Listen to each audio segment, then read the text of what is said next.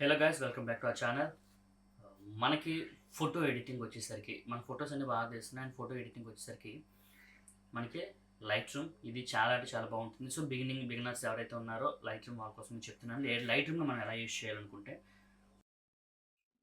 So మన యొక్క light room మనకి ఎలా ఉంటుంది, దీన్ని మనం అంటే పిక్చర్ అప్లోడ్, మనకు కావాల్సిన పిక్చర్స్ అన్ని మనం అప్లోడ్ చేసుకోవచ్చు.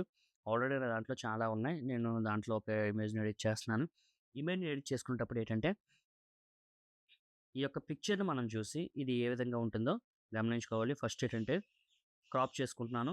క్రాప్ చేసుకొని నాకు ఏం కావాలంటే దీన్ని ఒక ఫేస్ ఒకటే నేను కావాలనుకుంటున్నాను. అందుకే నేను క్రాప్ చేసుకున్నాను. క్రాప్ చేసుకొని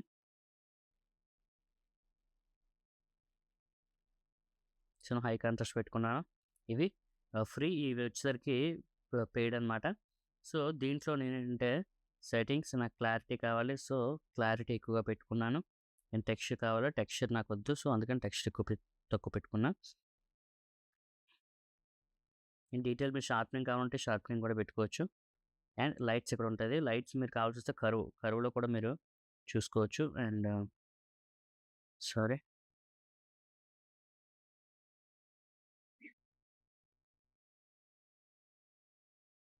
సో, కర్వ్స్ అలా అడ్జస్ట్ చేసుకోవచ్చు. అండ్ ఒకసారి కలర్స్ ఈచ్ అండ్ ఎవ్రీథింగ్ మీరు అడ్జస్ట్ చేసుకోవచ్చు.